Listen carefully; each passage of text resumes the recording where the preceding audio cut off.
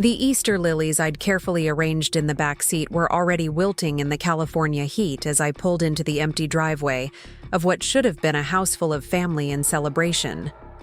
The silence that greeted me when I turned off the engine was my first warning that something was terribly wrong. Before we jump back in, tell us where you're tuning in from, and if this story touches you, make sure you're subscribed, because tomorrow, I've saved something extra special for you. My name is Lisa Martinez, and until 3 days ago, I thought I had a pretty good life. At 32, I'd built a decent career as a marketing coordinator for a small tech company in downtown Riverside.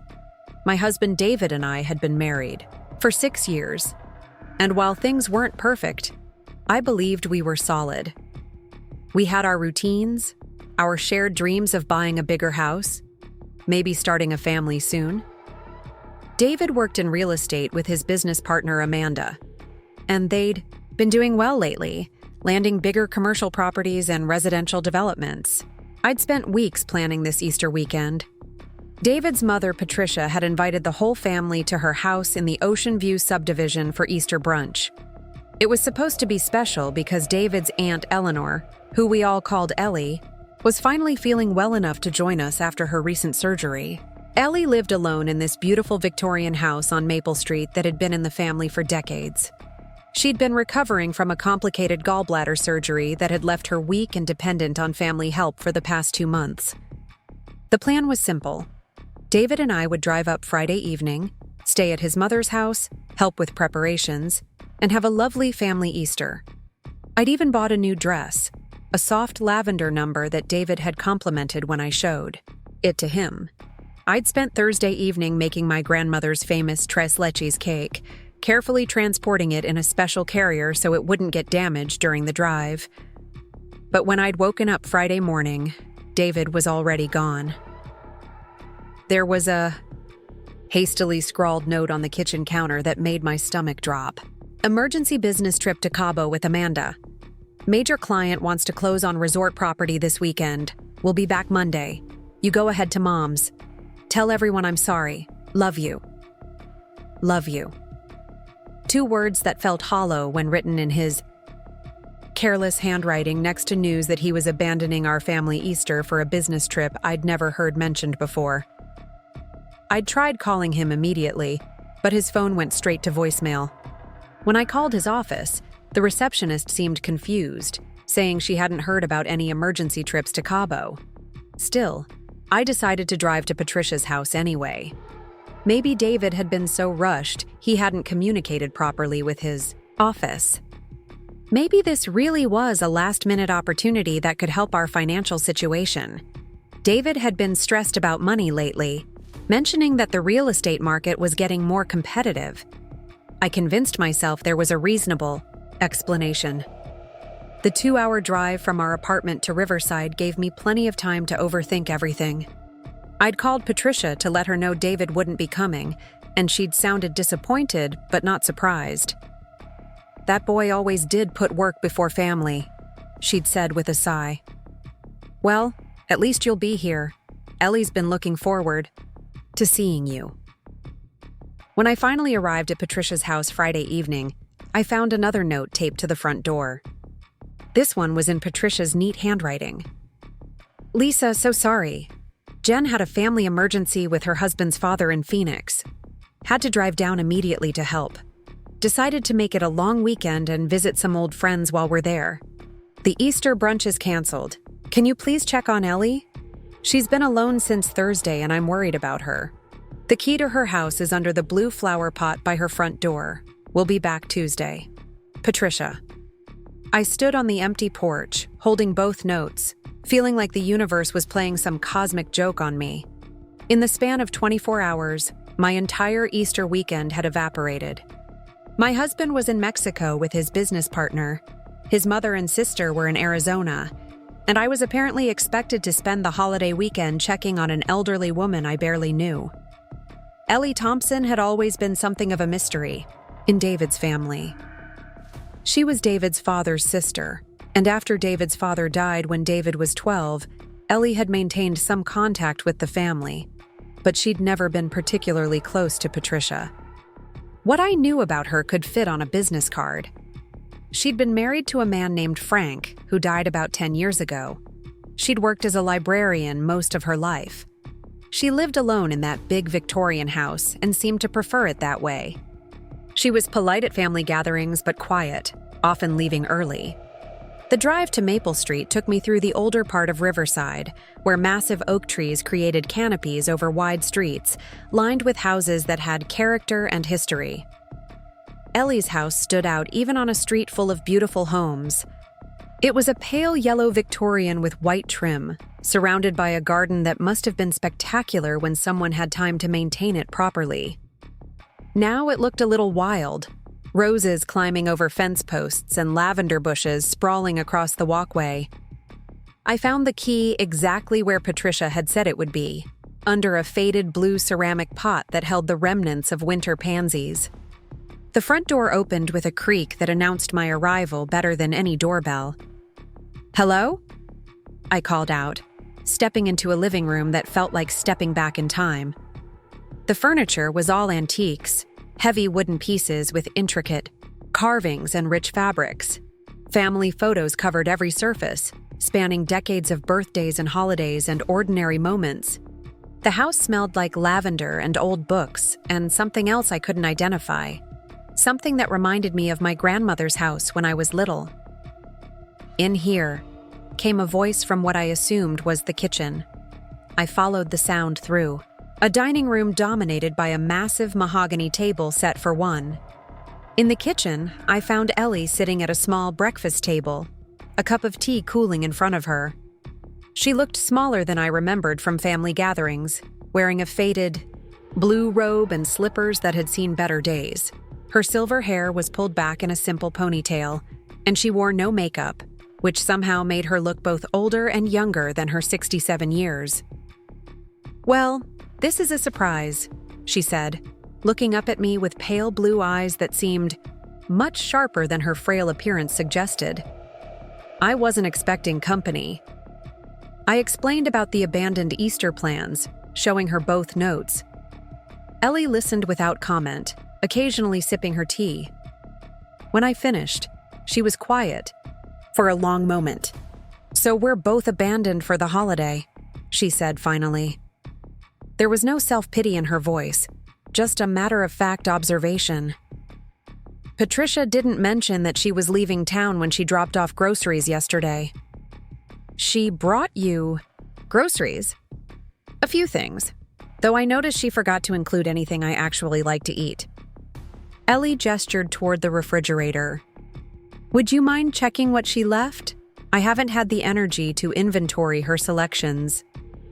I opened the refrigerator and found the most depressing collection of food I'd ever seen. A carton of milk. That was already 2 days past its expiration date. A loaf of generic white bread. A package of lunch meat that looked like it had been purchased from the discount bin. A jar of store-brand peanut butter. Some wilted lettuce and a few tired-looking apples.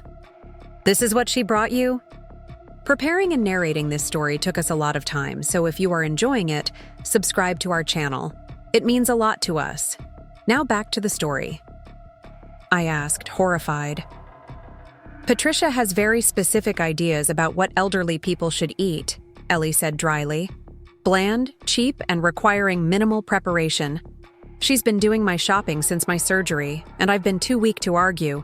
I looked at this woman who was clearly intelligent and articulate, reduced to eating expired milk and discount lunch meat, and felt a surge of indignation. "Have you eaten today?" "Some toast this morning. I wasn't feeling particularly hungry." "Well, I brought a tres leches cake that was supposed to feed 8 people, and I'm pretty sure there's a grocery store still open. How do you feel about having a real dinner?" For the first time since I'd arrived, Ellie smiled. It transformed her entire face, revealing traces of the beautiful woman she must have been when she was younger. "I feel like that sounds wonderful." The nearest grocery store was a 15-minute drive, which gave me time to think about the strangeness of my situation. I'd come expecting a traditional family Easter, and instead found myself grocery shopping for a woman I barely knew. But there was something about Ellie that intrigued me. Despite her obvious physical frailty, There was a sharpness in her eyes that suggested her mind was anything but frail. I decided to shop as if I were cooking for my own grandmother. Fresh vegetables, good meat, ingredients for a proper meal, real butter, not margarine, coffee that hadn't been sitting on a shelf for months. I even picked up some fresh flowers to brighten up that kitchen. When I returned to Maple Street, I found Ellie still sitting at the kitchen table. But she'd changed into regular clothes, dark slacks and a cream-colored sweater that looked expensive even though it was clearly old. She'd also done something to her hair and put on a little makeup. "You look lovely," I said, setting the grocery bags on the counter. "I haven't had a reason to make an effort in months," she admitted. "It's amazing how much better you can feel just by putting on real clothes." As I unpacked the groceries, I told Ellie about my life. My work at the tech company, the small apartment David and I shared, our dreams of eventually buying a house. She listened with the kind of focused attention that made me feel like everything I was saying actually mattered. "You mentioned David is in real estate?" she said as I started preparing dinner. "How's business been for him?" "Good, I think. He and Amanda have been working together for about 2 years now. They seem to complement each other well. She handles a lot of the client relations while David focuses on the property analysis and negotiations." "Amanda," Ellie repeated thoughtfully. "Pretty girl. Very ambitious, from what I've observed." I looked up from the vegetables I was chopping. "You've met her?" "She's been here a few times with David. They've been very interested in my property lately. Lots of questions about my plans for the house, whether I've considered selling, that sort of thing." Something cold settled in my stomach. "David never mentioned visiting you." "Oh yes, several times over the past few months. Always when Patricia wasn't around, they said. Didn't want to worry her unnecessarily about my living situation." Ellie's tone was carefully neutral, but there was something in her eyes that made me pay closer attention. What kind of questions were they asking? Whether I had updated my will recently, if I'd considered moving to a senior living facility, how I was managing the upkeep on such a large house. Amanda was particularly interested in the property values in this neighborhood. I set down my knife and turned to face her fully. "Ellie, that sounds like they were evaluating your house for sale." That's exactly what it sounded like to me, too. We looked at each other across the kitchen, and I had the distinct feeling that we were both beginning to understand something that neither of us wanted to be true. "When was the last time they visited?" I asked. "Tuesday afternoon, 2 days before you arrived. David mentioned that you were all planning a lovely Easter celebration, but he seemed very interested in knowing whether I'd be feeling well enough to attend. When I said I probably wouldn't be up to it, he seemed relieved. The pieces were starting to form a picture I didn't like. David and Amanda making repeated visits to assess Ellie's property. David's sudden emergency business trip to Cabo that his office knew nothing about. The family Easter that everyone seemed to have abandoned at the last minute, leaving Ellie alone.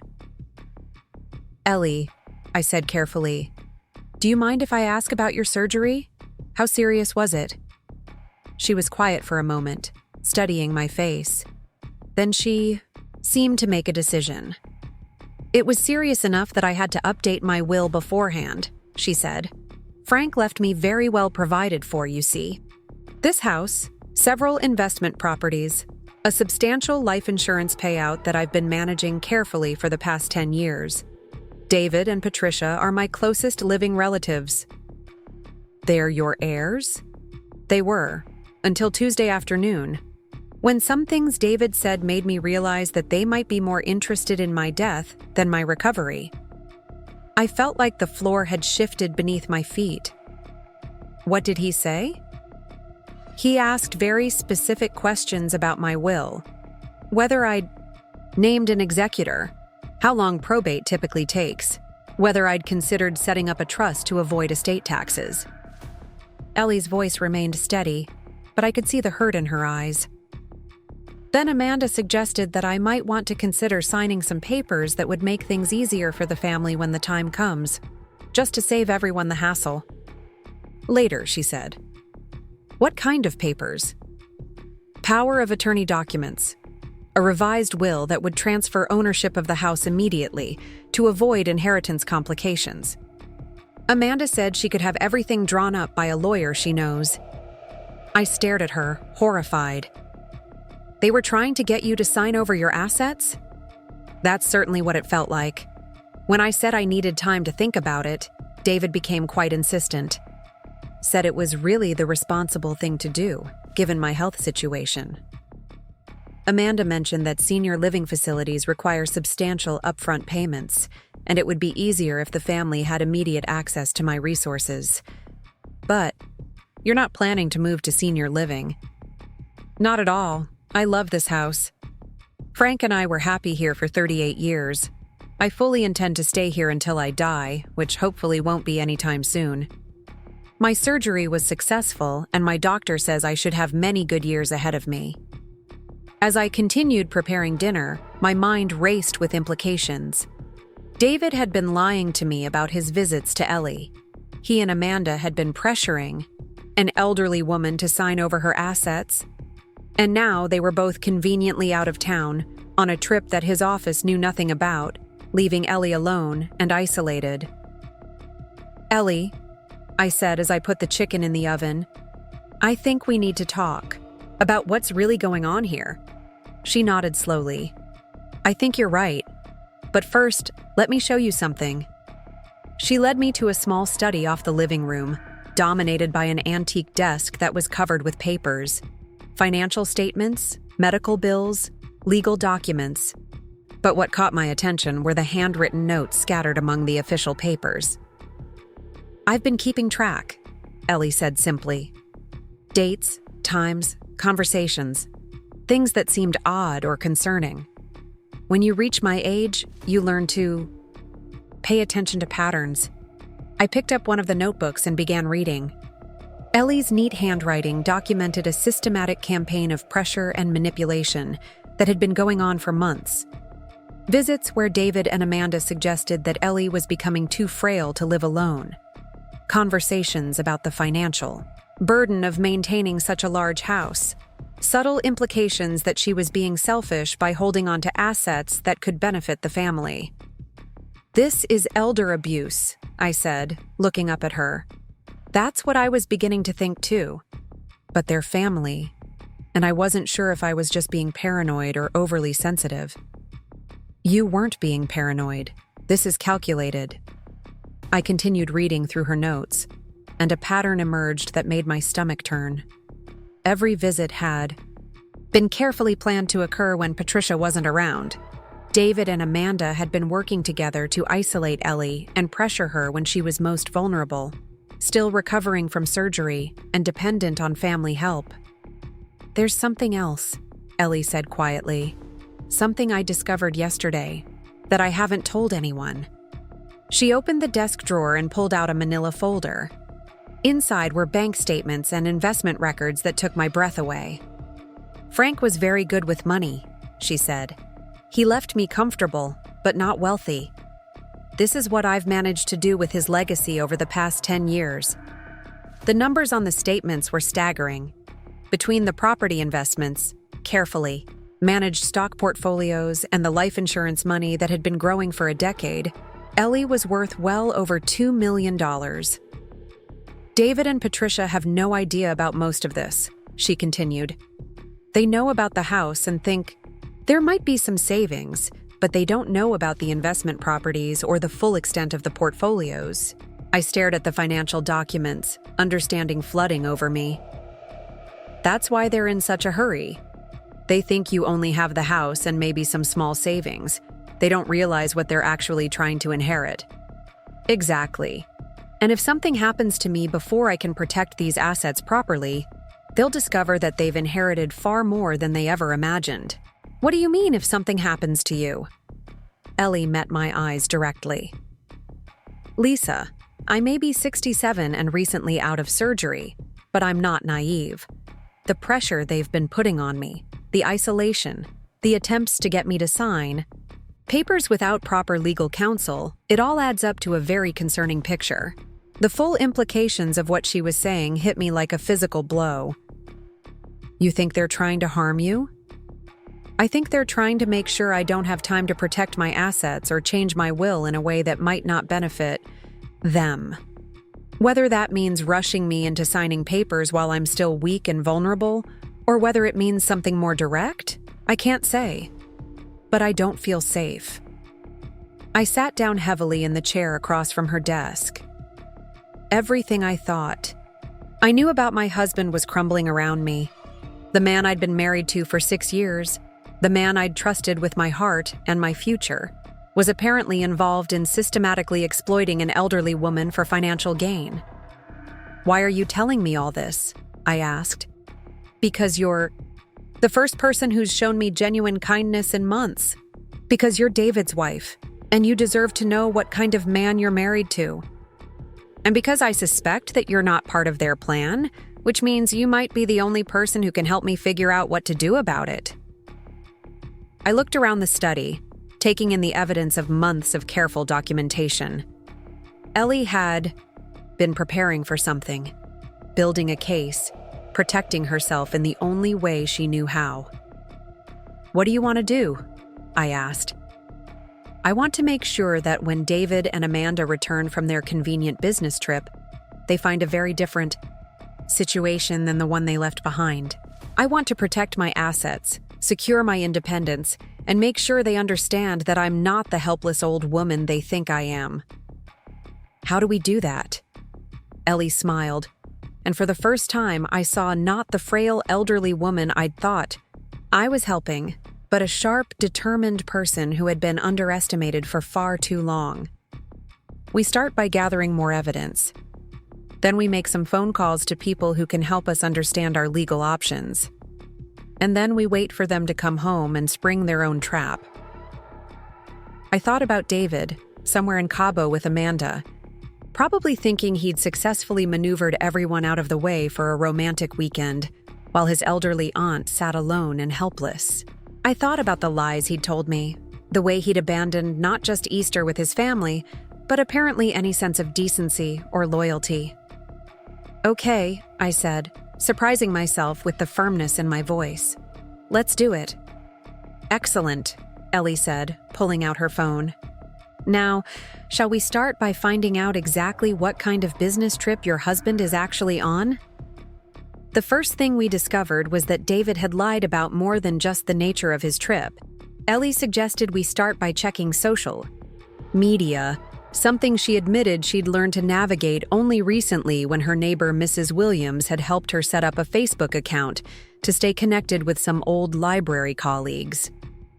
I may be old, but I'm not stupid, Ellie said as she pulled up Facebook on her tablet. People can't seem to help themselves when it comes to posting their entire lives online. Within minutes, we found what we were looking for. Amanda Chen's Instagram account was public, and her most recent post from 6 hours ago showed her and David at what was clearly a romantic dinner. Not a business dinner, a romantic one. They were seated at a candlelit table overlooking the ocean, David's hand covering hers on the white tablecloth. The caption read, "Perfect evening in paradise with my favorite person," followed by a string of heart emojis. I stared at the screen, feeling like I'd been punched in the stomach. The man in the photo was my husband of 6 years, looking happier and more relaxed than I'd seen him in months. He was wearing the blue shirt I'd bought him for his birthday last year, the one he'd said made him feel confident during important meetings. "I'm sorry, dear," Ellie said softly, watching my face. "How long do you think this has been going on?" I asked, my voice barely above a whisper. "Based on what? I've observed, I'd say at least 3 months. The dynamic between them during their visits here was very intimate.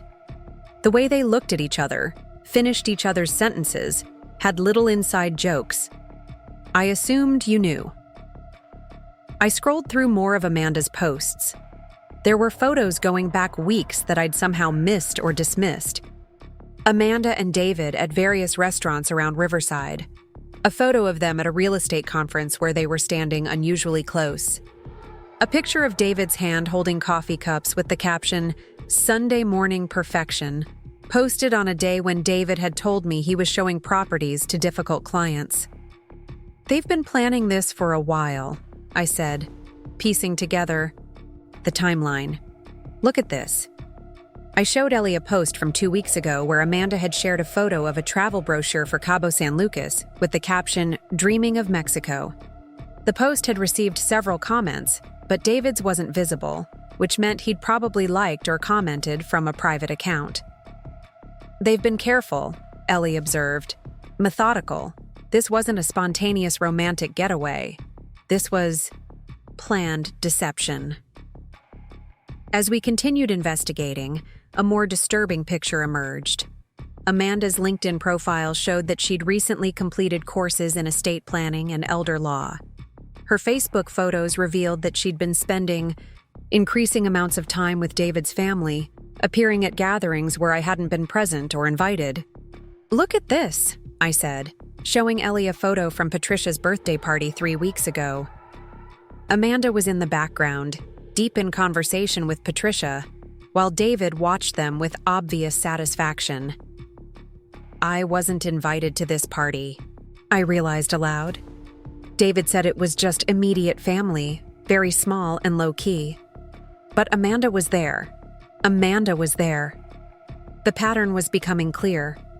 While I'd been excluded from family gatherings, Amanda had been systematically integrating herself into David's family circle. She'd been present for discussions about Ellie's health, her property, her future. She'd been positioned as an insider while I'd been kept deliberately on the periphery. My phone rang, interrupting our investigation. It was my best friend Sarah calling to wish me a happy Easter. I almost didn't answer, but Ellie encouraged me to take the call. "Hey girl, how's the family Easter going?" Sarah's cheerful voice felt like it was coming from another universe. "It's complicated," I said, stepping into the living room for privacy. "Uh-oh, what did David do now?" Sarah had never been David's biggest fan. She'd always said there was something about him that seemed calculated, like he was constantly measuring the value of every interaction. I'd dismissed her concerns as protectiveness, but now her words echoed in my mind with uncomfortable clarity. "He's in Mexico with his business partner," I said carefully. "On Easter weekend?" "That's awful, Lisa. What kind of emergency business happens on Easter?" "That's what I'm trying to figure out." I found myself telling Sarah everything. The abandoned Easter plans, finding Ellie alone, the evidence of financial manipulation, the romantic photos from Cabo. Sarah listened without interruption, and when I finished, she was quiet for a long moment. "Lisa, you need to be very careful here. This sounds like David has been living a double life for months, and now you've stumbled into the middle of whatever he and Amanda have been planning." "What do you mean?" "Think about it. They pressure this elderly woman to sign over her assets, then conveniently disappear for a long weekend while she's left alone. If something happened to her while they were gone, they'd have the perfect alibi. They were out of the country, nowhere near her." The implication hit me like ice water. "You think they were hoping something would happen to Ellie?" "I think they were hoping to come back to a very different situation than the one they left. And I think you being there has probably ruined whatever plan they had." After I hung up with Sarah, I returned to the kitchen where Ellie was making tea. She took one look at my face and nodded knowingly. "Your friend thinks this is more serious than just financial exploitation." "She thinks they were hoping you'd have some kind of medical emergency while they were gone." "That would certainly be convenient for them. Elderly woman, recent surgery, left alone for an extended period. These things happen all the time." The matter-of-fact way Ellie discussed the possibility of her own demise was both impressive and heartbreaking. Here was a woman who'd been systematically isolated and manipulated by her own family, yet she was approaching the situation with remarkable clarity and strength. "Ellie, we need to call the police." "And tell them what?" That my nephew and his girlfriend asked me some questions about my will and then went on vacation? That they suggested I might want to consider senior living? Nothing they've done is actually illegal, Lisa. Morally reprehensible, yes, but not criminal. She was right, and I knew it. David and Amanda had been careful to stay just within the bounds of legality.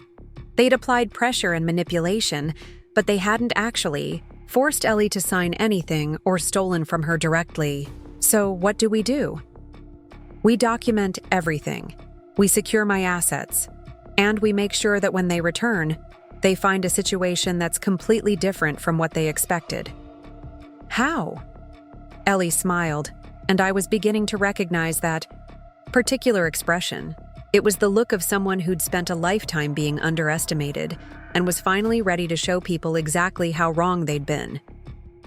We start by calling my real lawyer. Over the next several hours, I learned that Ellie Thompson was far more formidable than anyone in David's family had realized. Her lawyer, Margaret Foster, was a sharp woman in her 50s who specialized in estate planning and elder law. When Ellie called her at home on Easter evening, Margaret immediately understood the urgency of the situation. "I've been worried about something like this," Margaret said when she arrived at the house an hour later. "The questions you've been asking about asset protection, the concerns about family pressure, this confirms my suspicions." Margaret reviewed Ellie's documentation with professional efficiency, taking notes and asking pointed questions about David and Amanda's visits. When she finished, her assessment was blunt. "You're being targeted for financial abuse. What they're doing isn't technically illegal yet, but they're clearly building toward pressuring you into decisions that would benefit them at your expense. What can we do to protect Ellie?" I asked. "Several things. First, we revise your will immediately to ensure your current assets are protected. Second, we establish a trust that will make it impossible for anyone to access your wealth through manipulation or coercion. Third, we document this pattern of behavior formally, creating a legal record of their attempts to exploit you." "How long will that take?" "If we work through the night, we can have everything in place by Monday morning. The question is whether you're prepared to take steps that will essentially cut David and Patricia out of your inheritance entirely." Ellie was quiet for a moment, and I could see the pain in her eyes. Despite everything David and Patricia had done, they were still her family. The decision to disinherit them wasn't just financial, it was deeply personal. "What would Frank want me to do?" she asked, more to herself than to us. "Frank would want you to be safe and independent," Margaret said gently. "He'd want you to protect what he worked so hard to build, and he'd want you to make sure it benefits people who actually care about you." "Then let's do it." While Margaret worked on the legal documents, Ellie and I continued gathering evidence. We printed out all of Amanda's social media posts showing her relationship with David.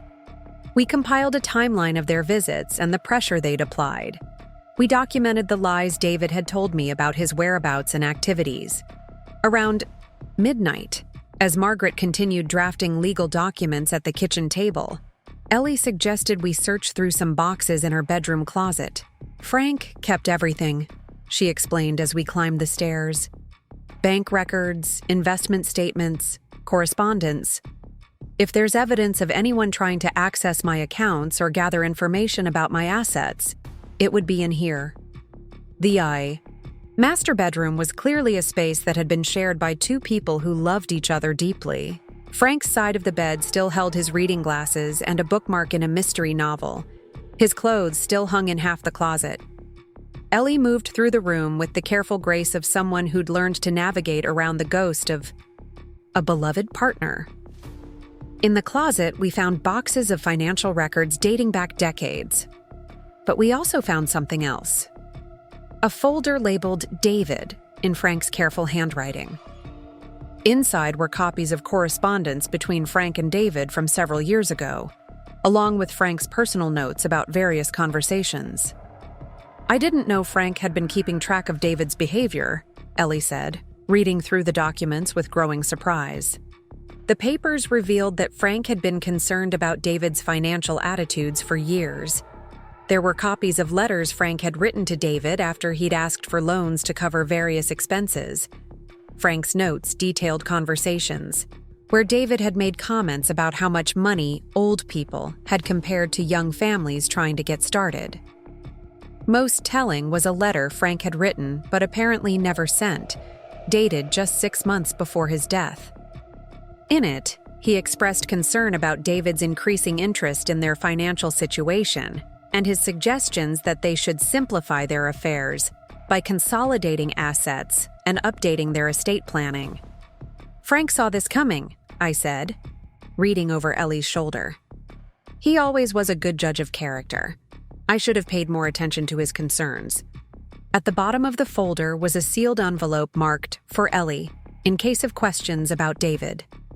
Inside was a letter Frank had written specifically for this situation. "My dearest Ellie," the letter began, "if you're reading this, it means David has probably started pressuring you about money or property, and you're questioning whether you're being paranoid. You're not. I've been watching him for years, and I'm convinced that he sees us as an inheritance rather than as family. Please protect yourself and what we built together. Don't let sentiment override your judgment. You deserve to be safe and independent, and our assets should benefit people who actually care about your well-being, not people who are counting the days until you die." Ellie sat on the edge of the bed, reading Frank's letter with tears streaming down her face. When she finished, she folded it carefully and placed it back in the envelope. "He knew," she whispered. "He knew exactly what would happen. Frank loved you enough to protect you even after he was gone. Yes, he did, and I'm not going to let him down." We returned downstairs to find Margaret putting the finishing touches on a comprehensive estate plan that would protect every aspect of Ellie's wealth. The new will left small token amounts to David and Patricia, but the bulk of the estate went to a trust that would benefit various charities and provide for Ellie's care for the rest of her life. Most importantly, the trust was structured so that no family member could contest it or access it through manipulation. "There's one more thing we should consider," Margaret said as we reviewed the documents. "Given the pattern of behavior you've described, we might want to establish a protective order that would legally prevent David and Amanda from pressuring you about financial matters." "Is that necessary?" Ellie asked. "It would send a clear message that their behavior has been documented and is being monitored. It would also create a legal consequence if they continue trying to manipulate you." As we worked through the night, I found myself thinking about David and Amanda in their Mexican paradise, probably planning their next moves.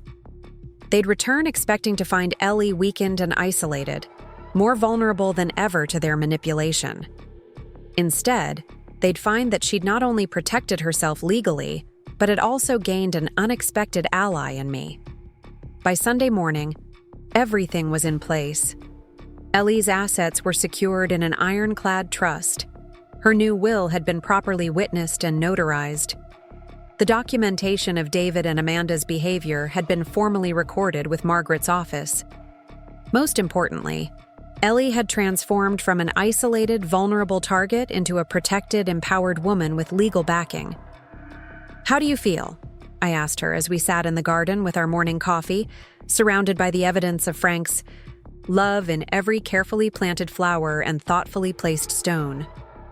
"I feel like myself again for the first time in months," she said. "I feel like Frank would be proud of me." "He would be, and I'm proud of you too. Lisa, I need to ask you something, and I want you to think carefully before you answer." I waited, sensing the importance of whatever she was about to say. "When David comes back and discovers what we've done, he's going to be furious. He's going to blame you for interfering, for turning me against him. Your marriage is probably going to be over. Are you prepared for that?" I thought about David in Mexico with Amanda, posting romantic photos while his wife spent Easter alone. I thought about the systematic way he'd lied to me and excluded me from family gatherings while positioning Amanda as his partner in more ways than one. I thought about the man I'd fallen in love with 6 years ago and realized that person had probably never existed. "My marriage has been over for months," I said finally. "I just didn't know it yet." "Good. Because what we're going to do next is going to require courage, and I need to know you're committed to seeing this through." "What are we going to do next?" Ellie smiled, and I saw in her expression the woman she must have been when she was younger, before years of being dismissed and underestimated had taught her to hide her strength. "We're going to set a trap, and when David and Amanda walk into it, they're going to discover that they've vastly underestimated both of us." Sunday afternoon brought an unexpected visitor. Mrs. Williams from next door knocked on the front door with a concerned expression and a casserole dish. "I saw lights on all night and cars coming and going," she said, peering past me into the living room. "Is everything all right? Is Ellie having health problems?" "Actually, everything is fine," I assured her. "I'm David's wife, Lisa. I've been staying with Ellie for the Easter weekend." "Oh, how wonderful. Ellie's been so isolated lately. That family of hers never seems to visit unless they want something." Mrs. Williams turned out to be a gold mine of information. She'd been living next door for 15 years and had observed the family dynamics with the sharp eye of someone who genuinely cared about Ellie's well-being. "I've been worried about those visits from David and that young woman," she confided over coffee in Ellie's kitchen. "They always seemed to upset Ellie afterward. She'd be quieter for days, not working in her garden like she usually does." "Did you ever hear any of their conversations?" "Not intentionally, you understand, but sometimes when the windows were open, they were asking her about moving to senior care, selling the house, making things easier for the family. It didn't sit right with me." Mrs. Williams also revealed that she'd been keeping an informal eye on Ellie since Frank's death, checking in regularly and helping with grocery shopping when Patricia wasn't available. Patricia means well, I suppose, but she has very definite ideas about what elderly people need, and those ideas don't usually align with what makes Ellie happy. "What do you mean?" "Generic food instead of the things Ellie actually likes. Practical clothing instead of the beautiful things she's always preferred. Books from the library discount bin instead of the mysteries and biographies she enjoys. It's like Patricia decided that once you reach a certain age, you don't deserve quality anymore." This insight into the broader pattern of diminishing Ellie's quality of life added another layer to our understanding of what had been happening.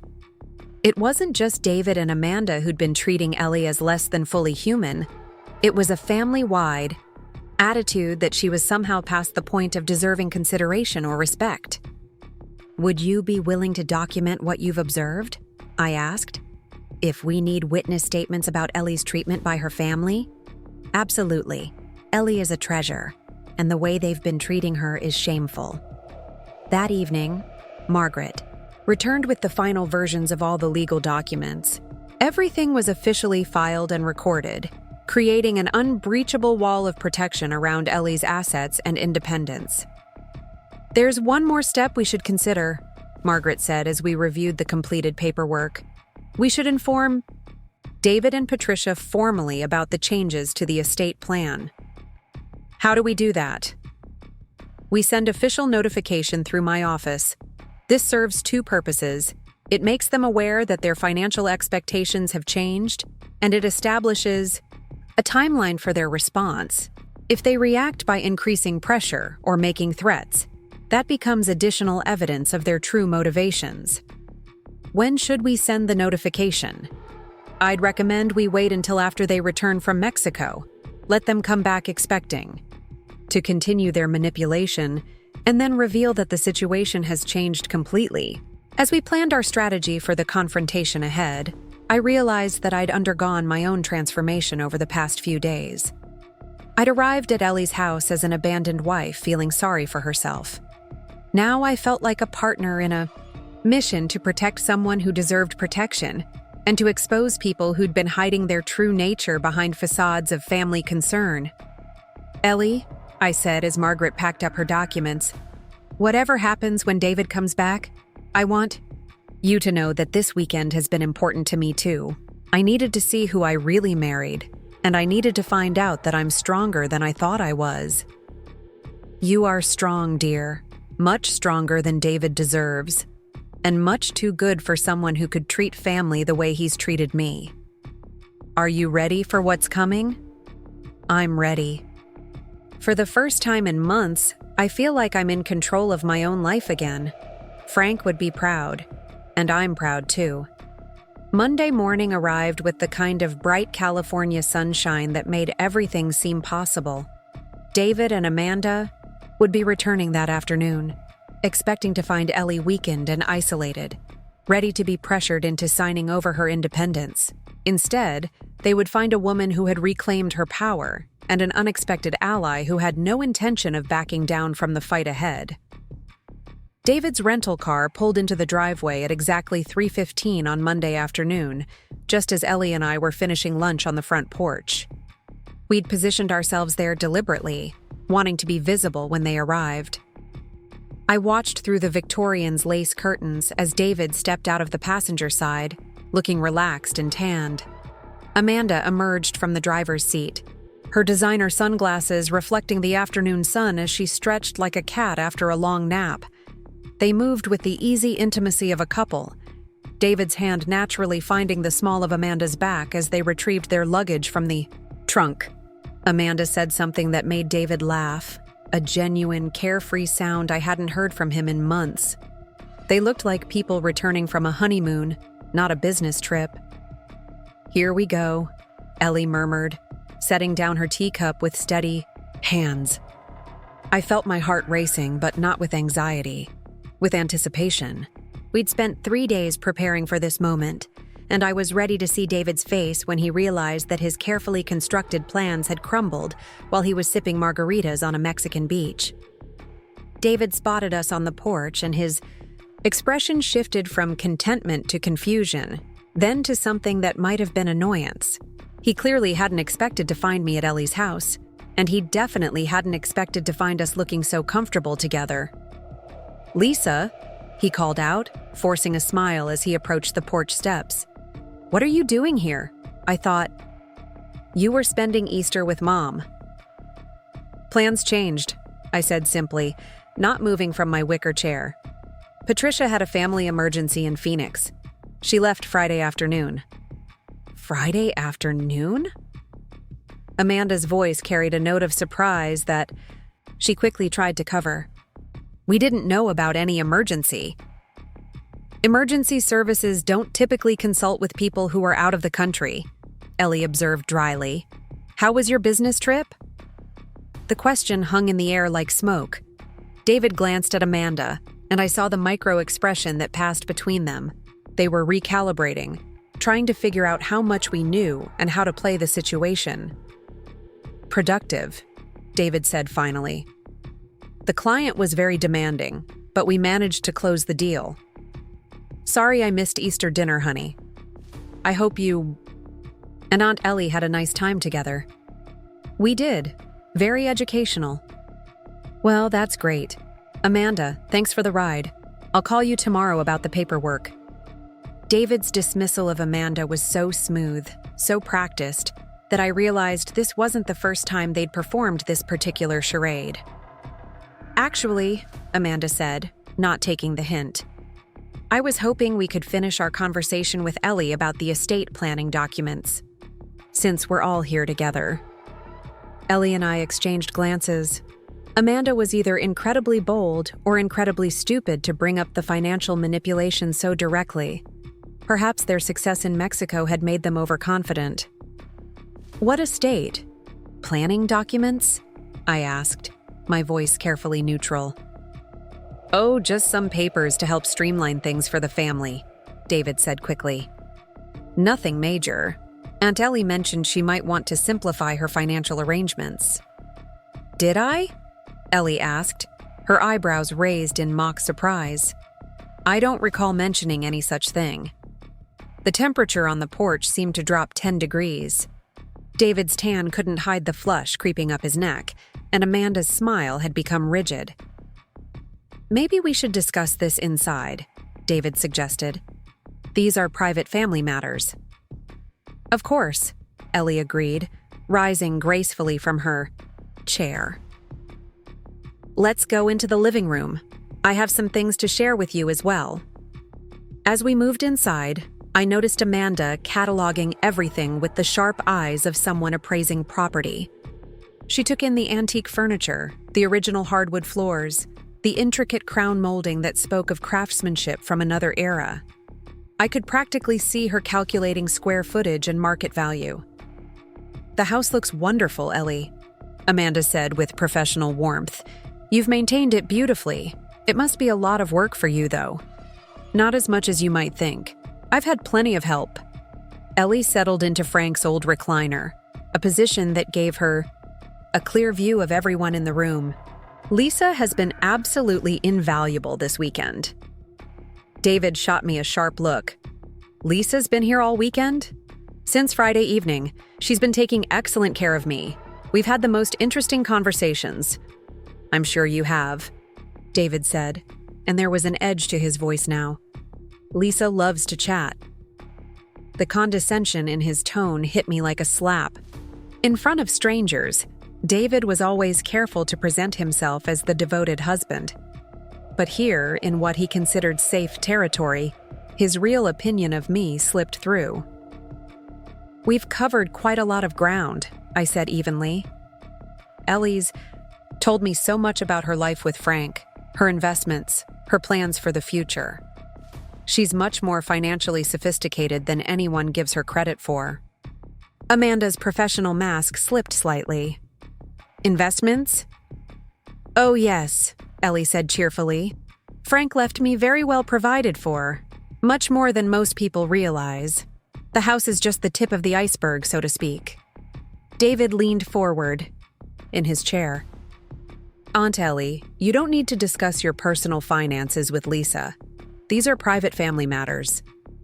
"But Lisa is family. She's your wife." "She's not blood family." The casual cruelty of the statement hung in the air. After 6 years of marriage, David had just dismissed me as an outsider in front of his mistress and the woman whose assets he was trying to steal. "How interesting," Ellie mused. "Because I've felt more like family with Lisa this weekend than I have with blood relatives in months." Amanda cleared her throat, trying to regain control of the conversation.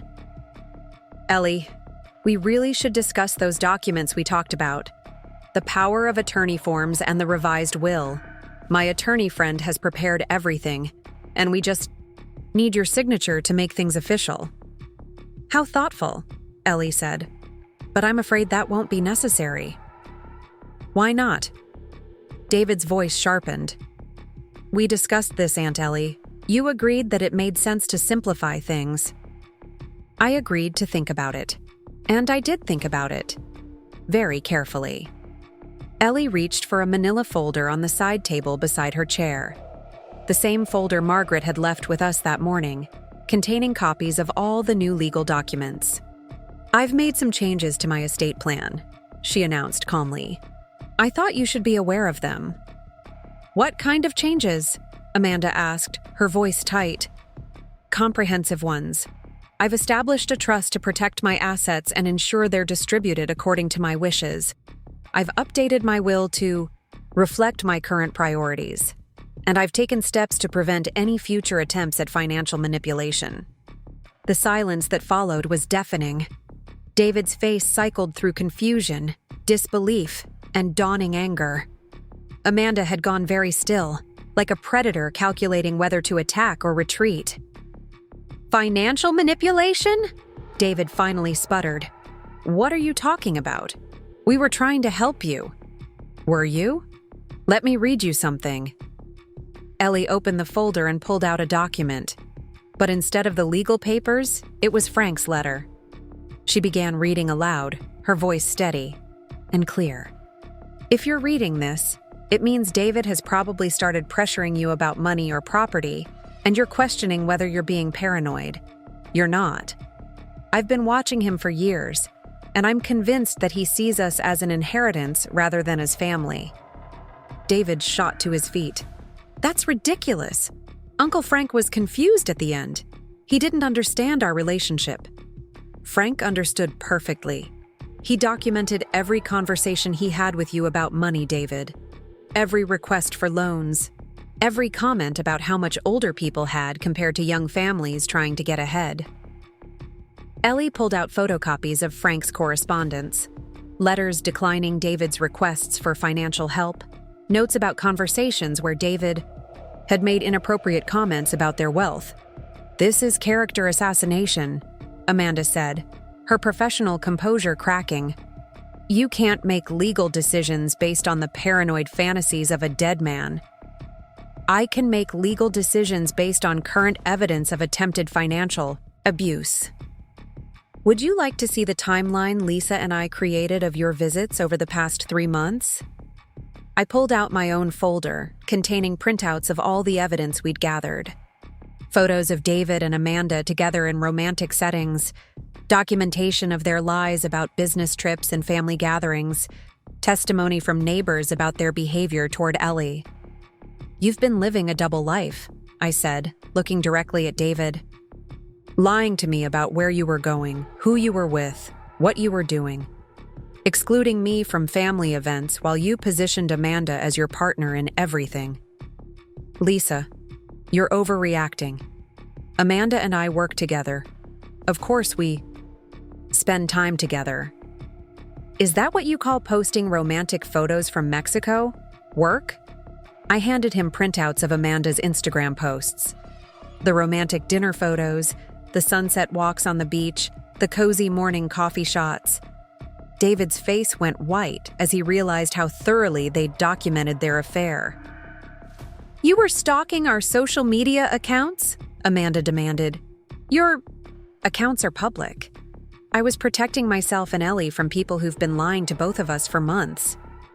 "This is insane," David said, but his voice lacked conviction. "You're making this sound like some kind of conspiracy. Isn't it?" Ellie asked quietly. "Systematic isolation of an elderly woman. Pressure to sign legal documents without proper representation. Attempts to convince me I'm too frail to live independently while you disappear for romantic getaways. With your mistress." "She's not my mistress." "Then what is she?" The question hung in the air, and I watched David realize that there was no good answer. If Amanda wasn't his mistress, then he had no explanation for the romantic photos and intimate behavior. If she was his mistress, then he'd just admitted to having an affair. "We're in love," Amanda said suddenly, apparently deciding that honesty was their only option. "David and I fell in love working together. These things happen." "Yes, they do," I agreed. "What doesn't just happen is systematically deceiving your spouse while trying to manipulate an elderly relative into signing over her assets." "That's not what we were doing." "Then what were you doing? Explain to me why you've been visiting Ellie repeatedly without telling me. Why you brought estate planning documents prepared by your attorney instead of suggesting Ellie consult her own lawyer. Why you conveniently disappeared for a romantic vacation right after pressuring her to sign papers." David and Amanda exchanged glances, and I could see them trying to coordinate their response. But they'd been caught completely off guard by the extent of our evidence and preparation. "Look," David said finally, his tone shifting to what I recognized as his sales voice. "Maybe we could have handled things better, but our intentions were good. Aunt Ellie is getting older, and we were worried about her ability to manage such complex financial arrangements.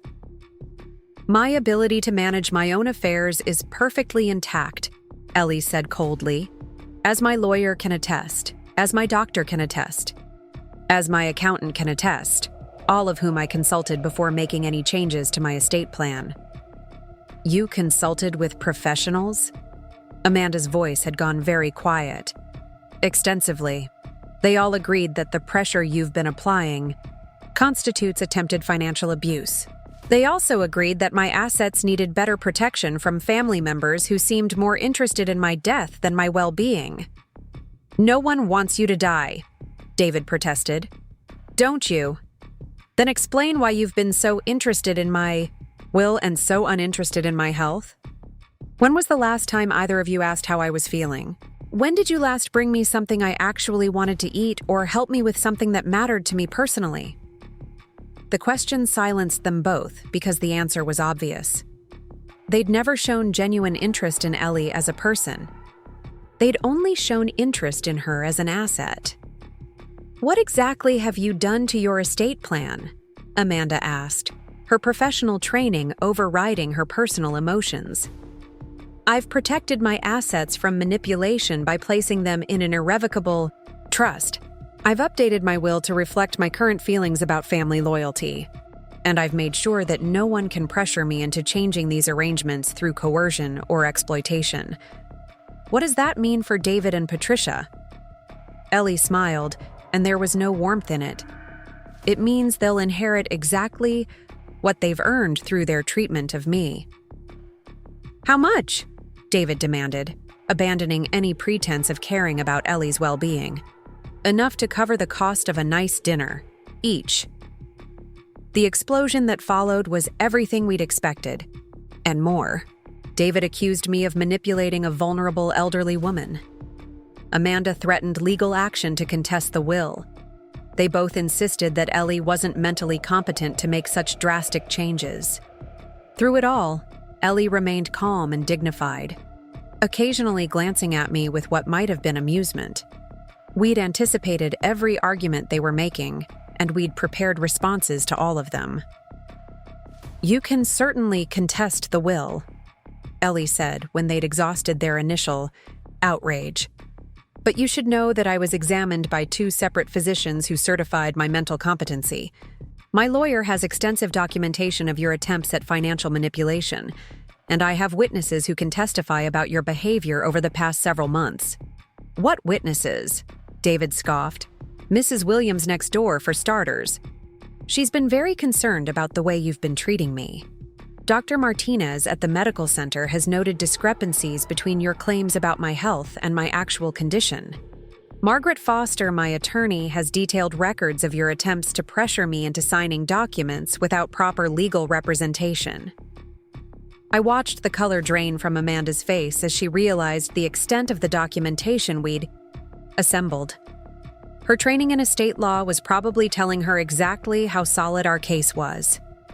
"This is revenge," she said finally. "You're angry about David and Lisa's relationship, so you're taking it out on his family financially." "My relationship with David is over," I said before Ellie could respond. "Has been since the moment I saw those photos of you two in Mexico. This isn't about revenge. This is about protecting Ellie from people who were trying to exploit her. You don't even know her. You've spent 1 weekend here. I've spent more quality time with Ellie in 3 days than you've spent in 3 months of visits. I've listened to her stories, learned about her life with Frank, helped her with things that actually mattered to her. When did either of you last do anything for Ellie that wasn't ultimately about her money?" The question hung in the air because there was no good answer. Everything David and Amanda had done had been calculated to position themselves as indispensable while making Ellie feel dependent and vulnerable. "You've made a serious mistake," David said, his voice cold with fury. "I'm going to fight this. I'm going to prove that you manipulated Aunt Ellie when she was vulnerable." "Please do," Ellie said cheerfully. "I'd enjoy the opportunity to present all our evidence in open court, including the timeline of your lies to Lisa, the documentation of your affair, and the testimony of everyone who witnessed your attempts to exploit me." "You can't be serious about leaving everything to a stranger." "Lisa isn't a stranger. She's the only person who's shown me genuine kindness and respect in months. She's earned my trust and affection in ways that you never bothered to try. She's a gold digger. She saw an opportunity and manipulated you." "Did she? Then explain why she encouraged me to consult with my own attorney instead of signing papers prepared by yours. Explain why she helped me document your behavior instead of hiding it. Explain why she's never once asked me about my money or suggested I change my will in her favor." David turned on me with genuine venom. What did you promise her? What's your angle here? My angle is that I spent 3 days with a woman who deserved better treatment from her family, and I decided to help her get it. You destroyed my marriage for a stranger. I didn't destroy our marriage, David. You did that when you decided to conduct an affair while lying to me about everything from your work schedule to your family obligations. You did that when you excluded me from family events while positioning your mistress as your partner. You did that when you abandoned me on Easter to go to Mexico with another woman. We were working. You were posting romantic photos on social media. You were holding hands at candlelit dinners. You were sharing hotel rooms and declaring your love for each other. That's not work, David. That's an affair. Amanda stood up abruptly. I don't have to listen to this. David, we should go. Yes, you should, Ellie agreed. But before you do, there's one more thing you should know. She reached into her folder and pulled out an official-looking document with Margaret Foster's letterhead. This is formal notification that any attempt to contact me about financial matters, to pressure me about my estate plan, or to suggest changes to my living arrangements will be considered harassment. My attorney has advised me that such behavior could result in legal action against both of you. You're threatening us? David's voice rose to nearly a shout. I'm protecting myself. Something I should have done months ago. This isn't over, Amanda said, her professional mask completely abandoned now. We have rights as family members. You have the right to leave my property immediately, Ellie replied. And you have the right not to return unless specifically invited. You can't be serious about this. I'm completely serious. I've spent months being made to feel like a burden, an obstacle, an inconvenience waiting to die. I've been isolated from making my own decisions and pressured to sign over my independence. That treatment ends now. David looked at me with pure hatred. You did this. You turned her against her own family. Her family turned her against themselves. I just provided witness testimony. I want you out of our apartment by the end of the week. Already done. I moved my things out this morning while you were traveling back from your romantic getaway. The lie came easily, and I was proud of how steady my voice remained. I hadn't actually moved out yet, but I would. And David's assumption that he could just kick me out of our shared home revealed exactly what he thought of my rights in our marriage. Where are you going to go? That's no longer your concern. This is insane, Amanda muttered, gathering her purse and phone. Come on, David. We don't have to stand here and be insulted. Actually, Ellie said as they moved toward the door, there is one more thing. She pulled out her tablet and showed them the screen. It displayed a formal complaint she'd filed with the state agency that investigated elder abuse. I've documented your behavior with the appropriate authorities. If you attempt to do to any other elderly person what you tried to do to me, there will be an official record of your previous actions. You reported us to the state? David's voice cracked. I reported attempted financial abuse to the agency responsible for investigating such things. Standard procedure when elderly people are being exploited by family members. Amanda grabbed David's arm. We need to leave, now, before this gets any worse. It can't get any worse, David said, but he allowed himself to be pulled toward the door.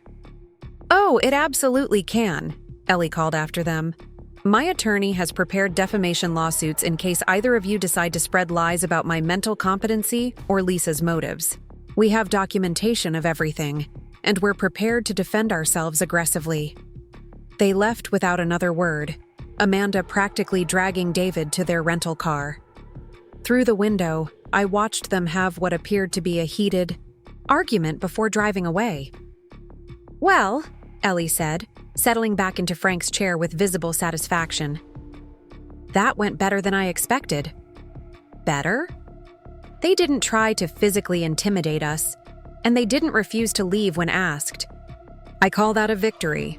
I realized I was shaking slightly, the adrenaline of confrontation finally hitting me. Is it really over? The immediate threat is over. They'll probably try some legal maneuvering, but Margaret assures me that our documentation is solid. They have no grounds for contesting the estate plan, and any attempt to do so will only expose their behavior to more scrutiny. What happens now? Now we celebrate, Ellie said, smiling at me with genuine warmth. You've helped an old woman reclaim her independence, and you've discovered that you're much stronger than you knew. I'd say that calls for champagne. As she went to retrieve a bottle of champagne from Frank's carefully maintained wine collection, I sat in the living room where my entire life had just changed, feeling something I hadn't experienced in months. I felt proud of myself. I felt like I'd done something important and worthwhile. I felt like I was finally becoming the person I was meant to be. The champagne Ellie retrieved was a 1998 Dom Perignon that Frank had been saving for their 40th wedding anniversary, a milestone they'd never reached. She opened it with practiced hands, the cork releasing with a satisfying pop that seemed to punctuate the end of our confrontation with David and Amanda. Frank would have wanted us to celebrate this moment, she said, pouring the golden liquid into 2 crystal flutes that caught the late afternoon light streaming through the Victorian's tall windows. He always said the best revenge was living well.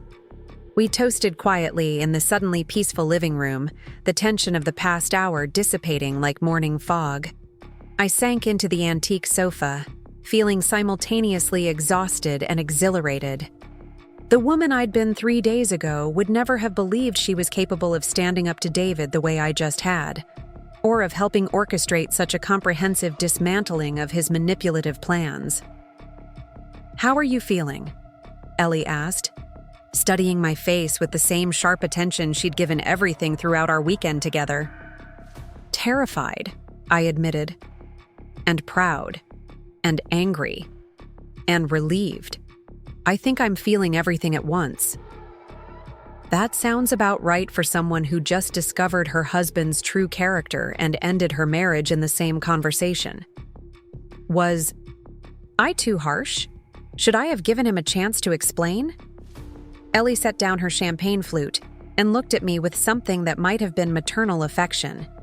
"Lisa, that man just spent a romantic weekend in Mexico with another woman, while abandoning you on Easter and pressuring me to sign over my life savings. What explanation could possibly justify that behavior?" She was right, of course.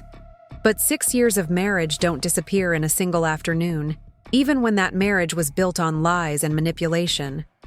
Part of me still felt guilty for not trying harder to save what David and I had built together. "You're mourning," Ellie observed gently. "That's normal. You're not just losing a husband. You're losing the version of yourself that believed in him. That's a significant loss, even when it's necessary. How do you know so much about this?" 70 years of watching people, dear, and 38 years of marriage to a man who actually loved me. The contrast makes it easier to recognize the real thing when you see it, and to spot the imitations when they reveal themselves. My phone buzzed with a text message.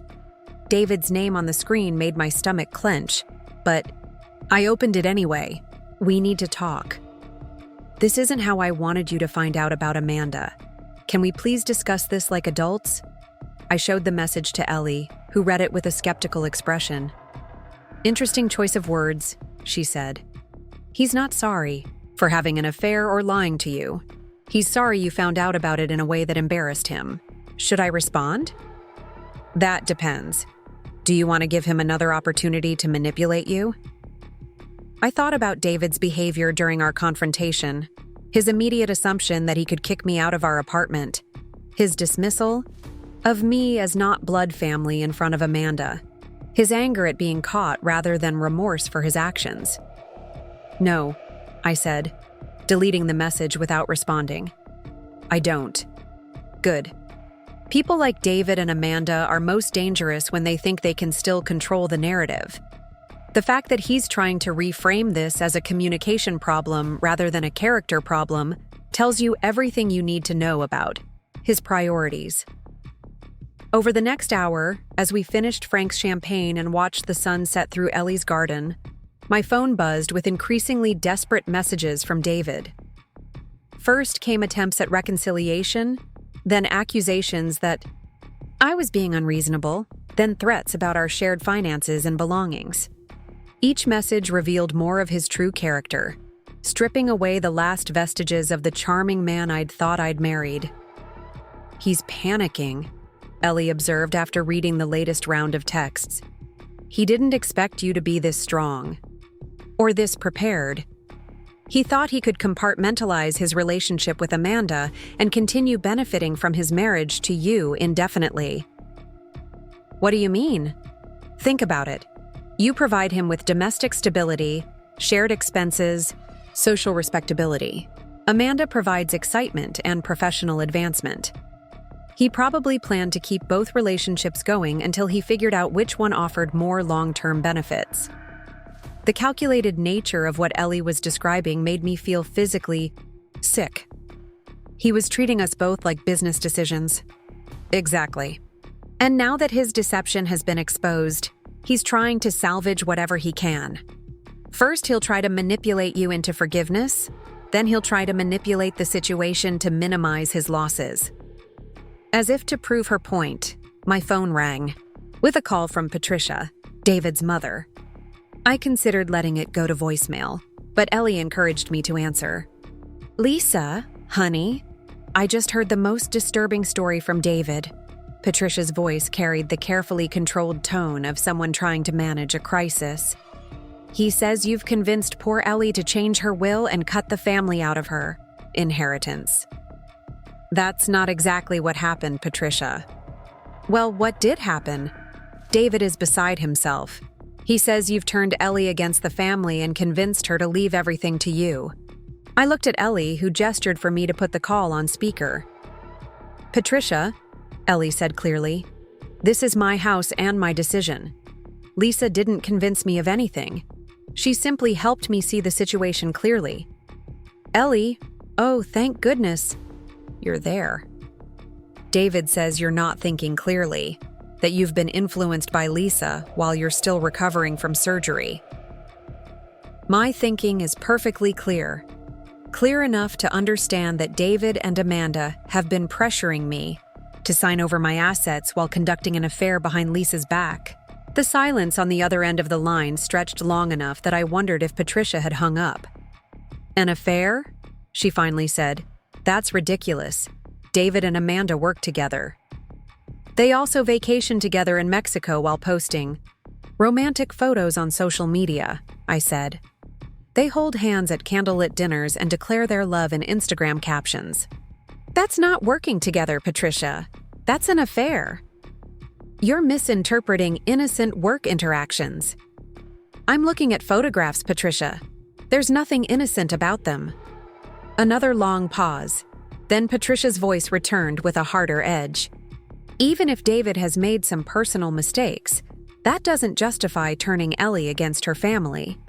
She's vulnerable right now, and you've taken advantage of that vulnerability. Actually, Ellie said, her voice carrying decades of accumulated dignity. I've never felt less vulnerable. For the first time in months, I feel like I have control over my own life and decisions. But Ellie, we're your family.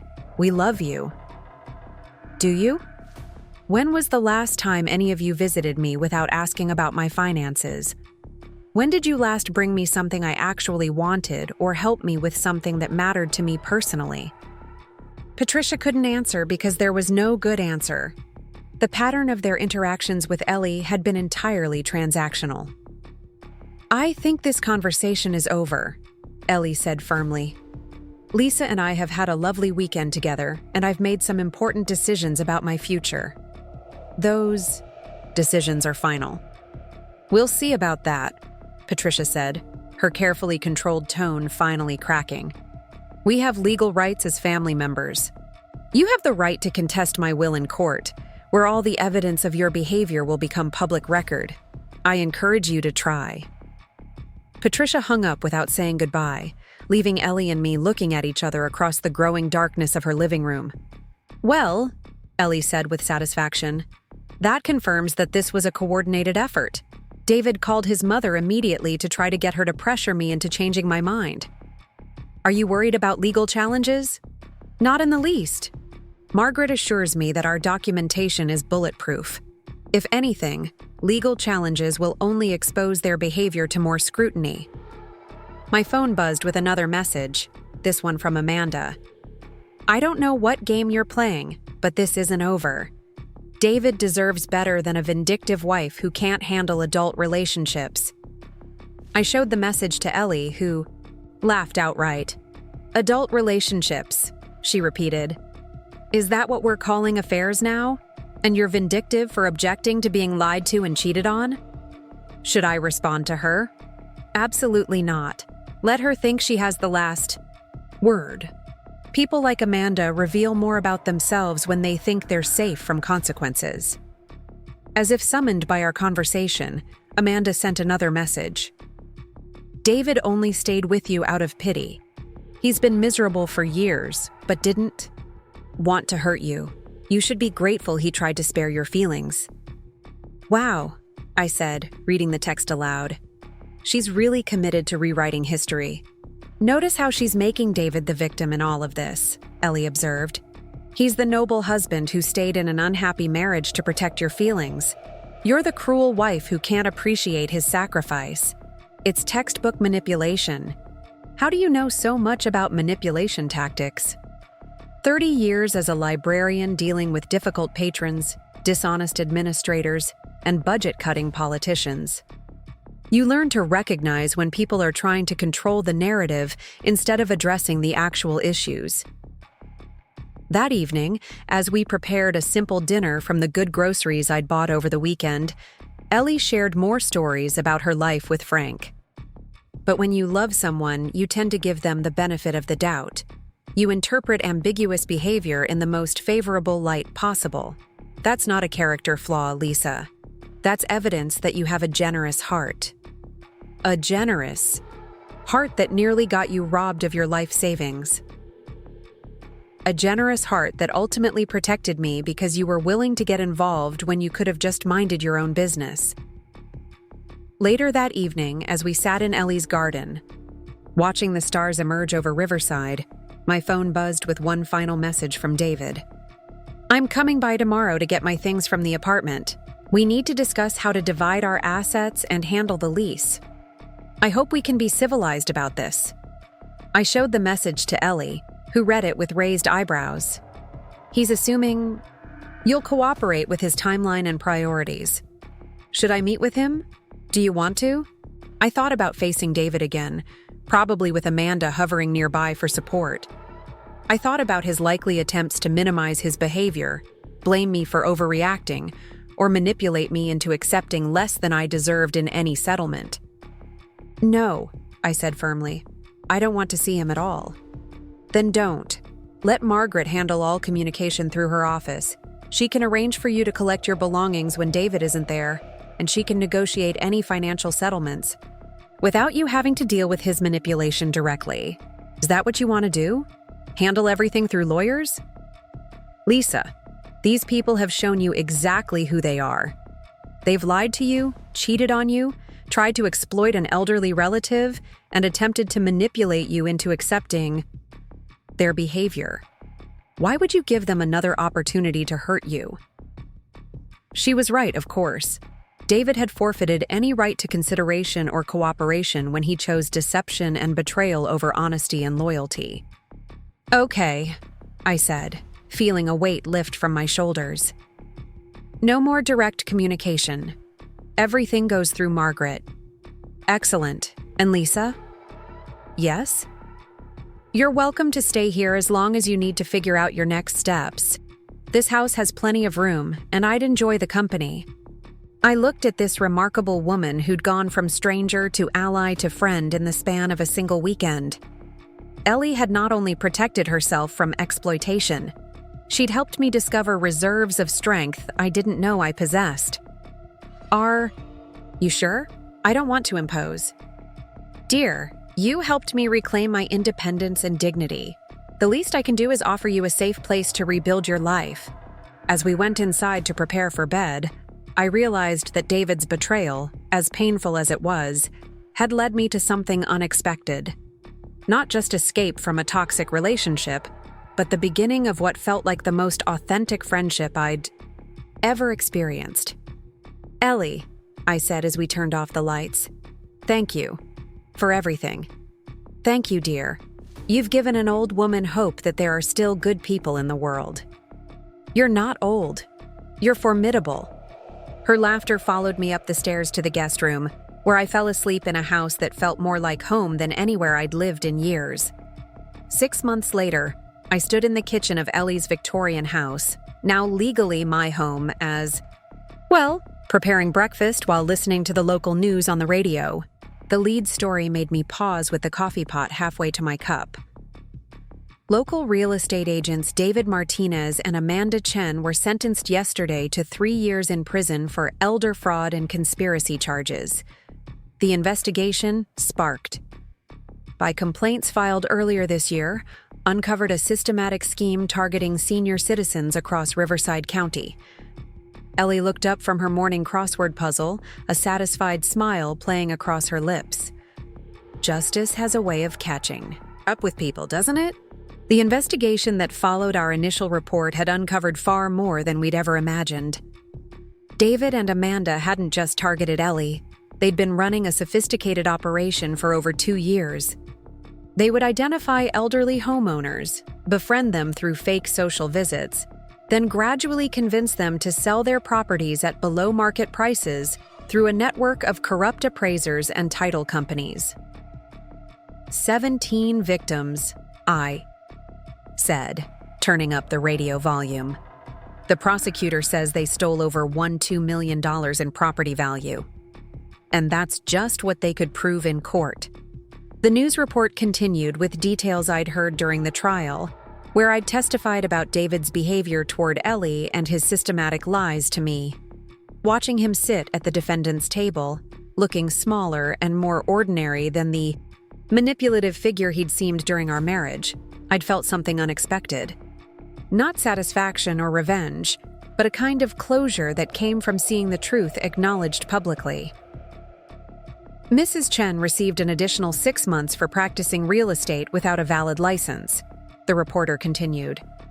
Both defendants must pay restitution to their victims and are barred from working in real estate for life. Patricia had also faced consequences, though not criminal ones. Her role in pressuring Ellie had been limited enough to avoid prosecution, but the family shame had apparently been overwhelming. She'd moved to Arizona permanently, ostensibly to care for her son-in-law's father, but really to escape the gossip and scrutiny that followed the trial. "Any regrets?" Ellie asked, studying my face. "About which part?" "Any of it. David, the marriage, the way everything ended." I considered the question seriously. The past 6 months had been transformative in ways I couldn't have imagined. During that Easter weekend, when everything fell apart. Moving in with Ellie had started as a temporary arrangement while I figured out my next steps, but it had evolved into something much more meaningful. "No regrets," I said finally.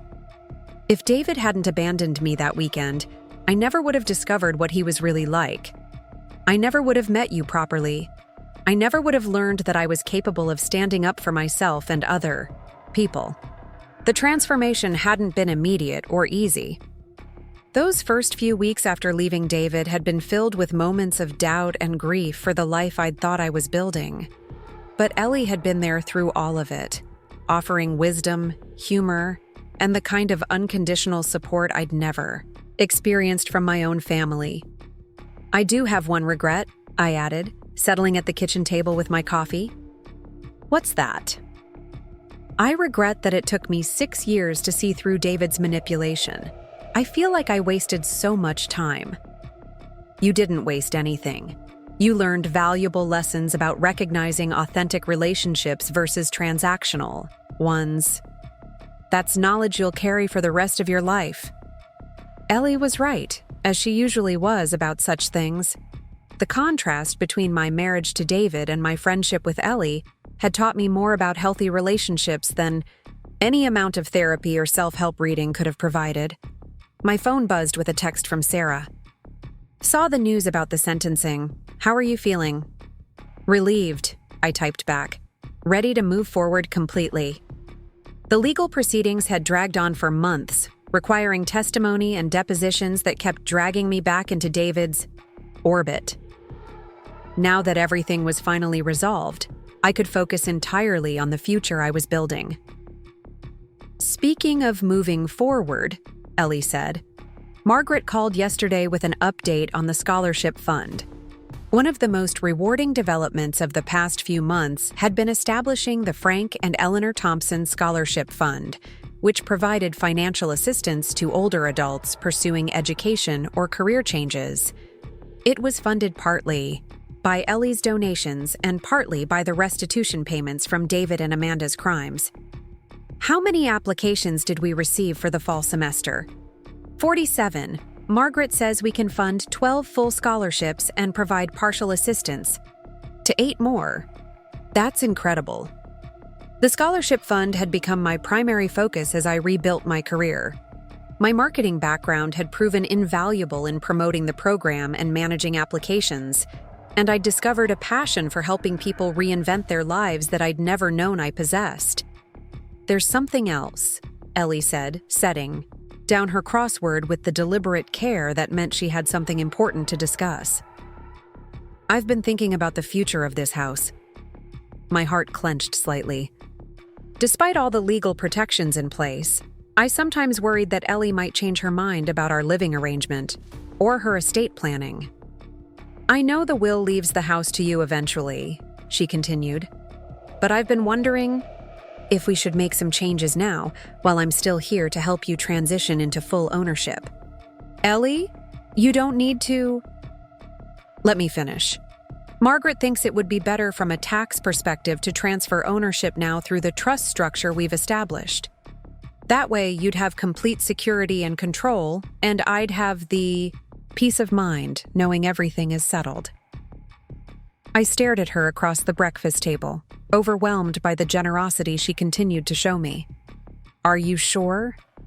This is your home, the place you shared with Frank. It was my home with Frank, and now it's my home with you. Frank would have loved you, Lisa. He would have been proud that his house is going to someone who appreciates its history and will create new memories here. What about the neighbors? What will they think about you transferring ownership to someone who isn't family?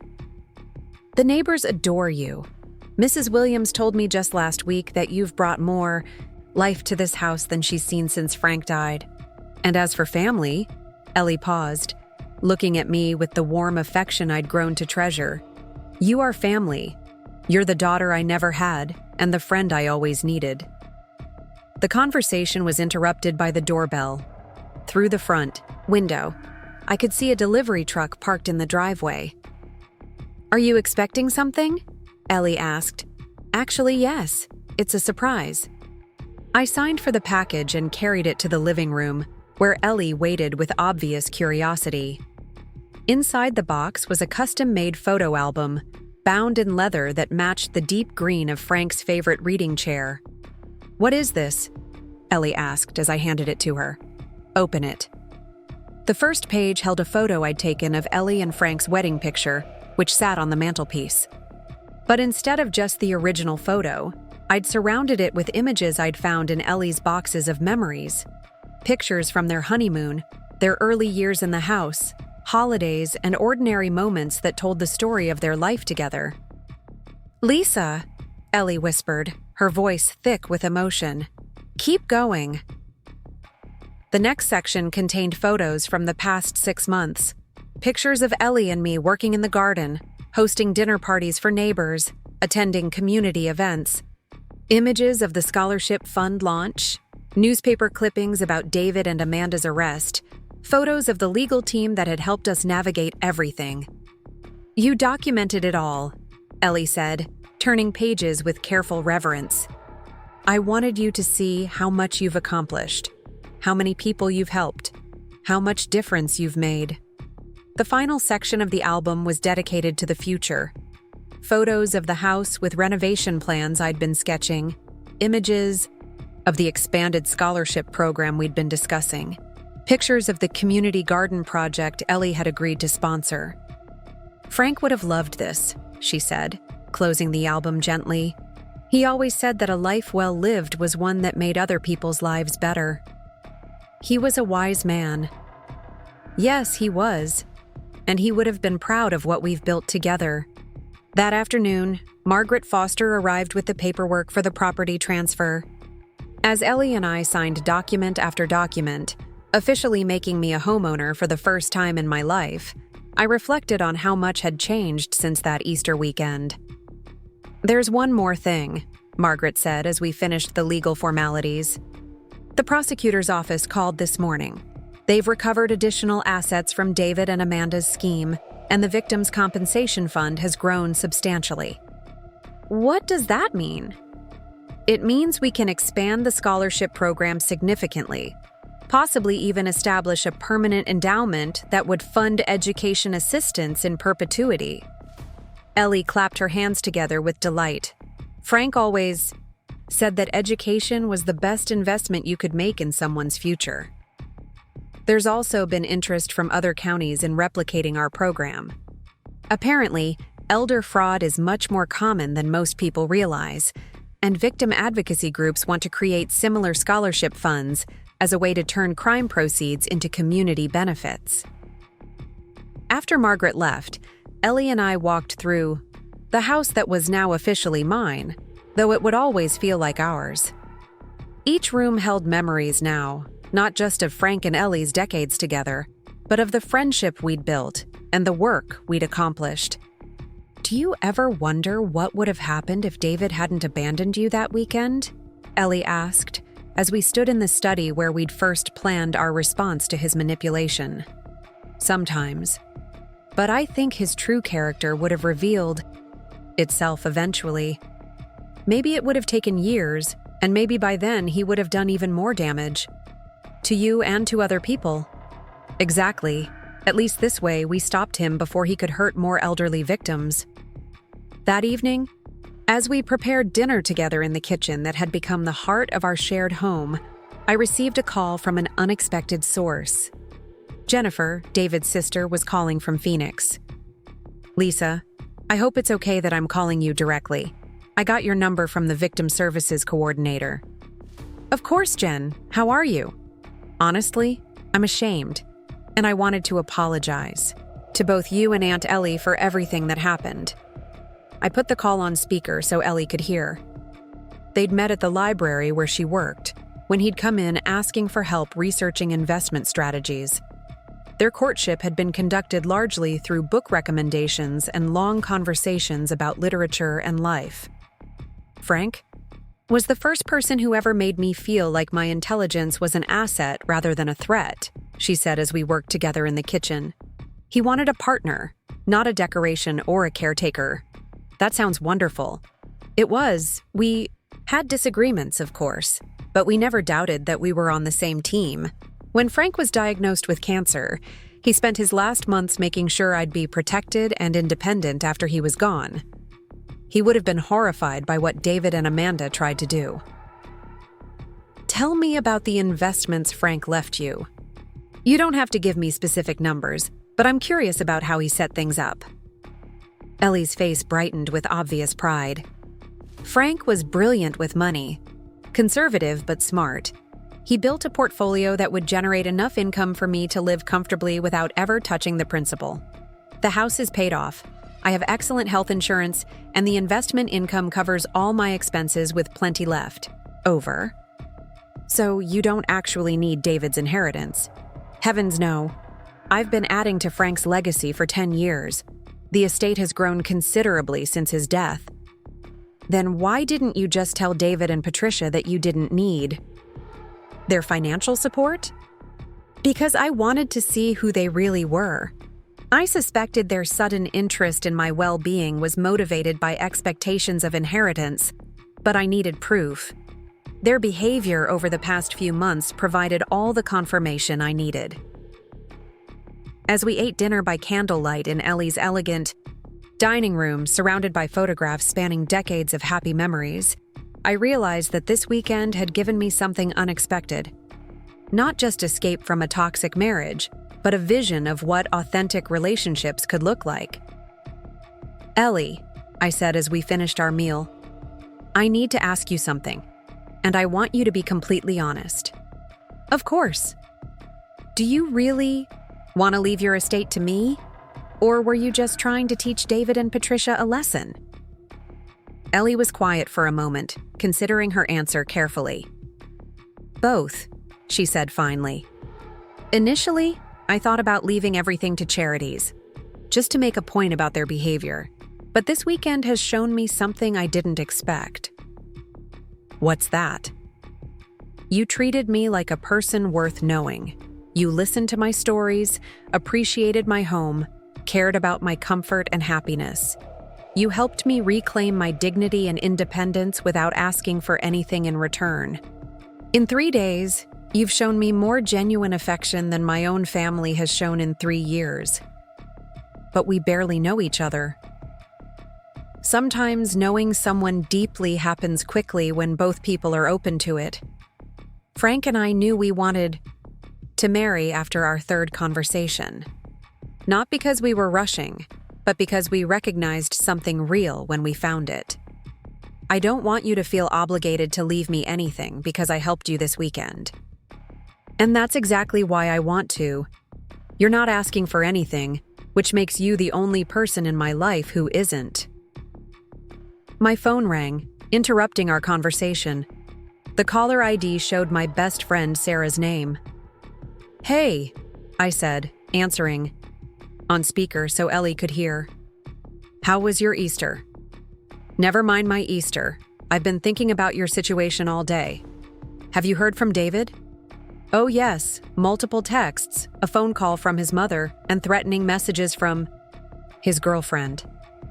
"His girlfriend is texting you? That's ballsy.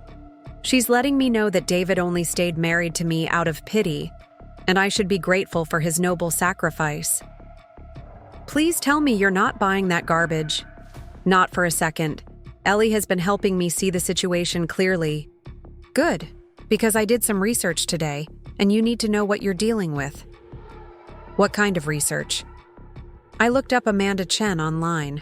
Her real estate license was suspended last year for ethics violations. Something about misrepresenting property values to clients and taking undisclosed commissions from developers." Ellie and I exchanged glances across the dinner table. This was information we hadn't uncovered in our own investigation. "Are you sure?" I asked. "Positive. It's public record. She's been working under David's license for the past year, which means any deals she's been involved in have been legally questionable." "That explains a lot," Ellie said thoughtfully. "Who was that?" Sarah asked. "Ellie, David's aunt. She's the one David and Amanda have been trying to manipulate." "Well, Ellie, you should know that Amanda Chen has a history of targeting elderly clients. There are complaints filed with the real estate board about her pressuring senior citizens to sell their properties below market value." "Interesting. That fits the pattern we've observed." After Sarah hung up, promising to send me copies of everything she'd found, Ellie and I sat in stunned silence. "They've done this before," I said finally. "Multiple times, apparently, which means we weren't just protecting me. We were potentially protecting other vulnerable people from becoming their next targets. Should we report this information to someone? Margaret will know what to do with it. If Amanda has been working under David's license while her own is suspended, that's fraud.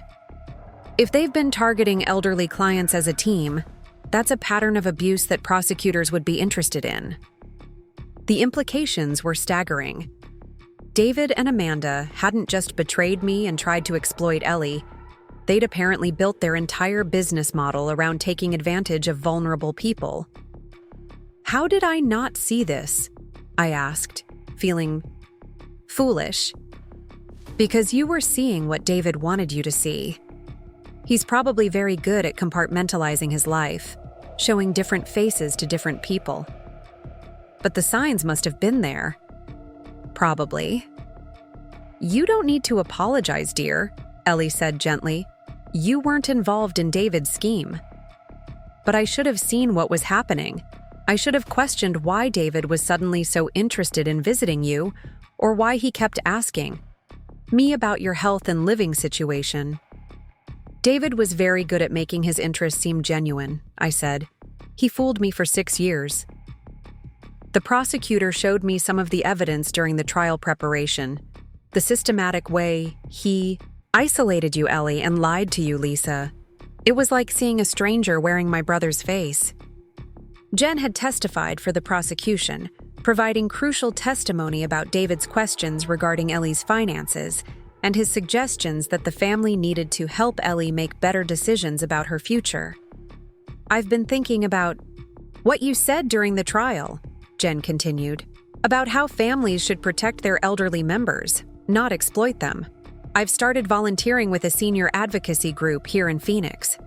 That's wonderful, Jen. I can't undo what David did, but I can try to prevent other families from going through what we put you through, Ellie. After the call ended, Ellie and I sat quietly for a moment, processing the conversation. She's a good person who was manipulated. By her brother, Ellie said finally. I'm glad she's found a way to channel her guilt into something productive. Do you think David will ever understand what he did wrong? People like David rarely develop genuine remorse. They understand consequences, but not the moral weight of their actions.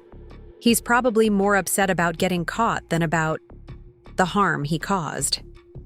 Does that bother you? Not anymore. I can't control David's conscience or lack thereof. I can only control my own actions and choices. The next morning brought news that the story of our case had been picked up by a national news program focused on consumer protection. The producer wanted to interview Ellie and me about elder fraud prevention and victim advocacy. Are you comfortable with that level of publicity? I asked as we discussed the request over breakfast. If it helps other people recognize the warning, signs, and protect themselves, absolutely. The interview, conducted in Ellie's garden with the Victorian house providing a picturesque backdrop, became one of the most widely viewed segments the program had ever produced. Ellie's articulate description of the manipulation tactics David and Amanda had used, combined with my perspective on how family members could unknowingly enable such behavior, resonated with viewers across the country. The key thing people need to understand, Ellie had told the interviewer, is that elder abuse rarely looks like what you see in movies. It's not usually obvious violence or theft. It's subtle pressure, isolation, and the gradual erosion of an older person's autonomy and dignity. Within a week of the program airing, we received hundreds of emails from people sharing their own experiences with family financial manipulation or asking for advice about protecting elderly relatives. The volume was overwhelming, but also inspiring, revealing how widespread the problem was and how desperately people needed resources and support. We need to do more, Ellie announced one morning as we sorted through the latest batch of correspondence. The scholarship fund is wonderful, but these letters show that we could have much broader impact. What are you thinking? A foundation, something bigger than just education assistance. A comprehensive resource for elder fraud prevention, victim support, and family education. The idea excited me immediately. My marketing background had shown me how to reach audiences and build awareness, while Ellie's resources and community connections could provide the foundation for real, institutional change. We'd need significant funding to make that kind of impact. Leave that to me, Ellie said with a mysterious smile. Frank's investments have been performing very well over the past 10 years. Within a month, we'd established the Thompson Foundation for Elder Justice, with an initial endowment that took my breath away when Margaret revealed the amount. Ellie had committed the majority of her estate to funding comprehensive elder abuse prevention programs across California and beyond. Frank would have wanted his money to make the world better, she explained when I expressed amazement at her generosity. And you've shown me the most effective way to do that. The foundation's launch coincided with the first anniversary of our Easter weekend together.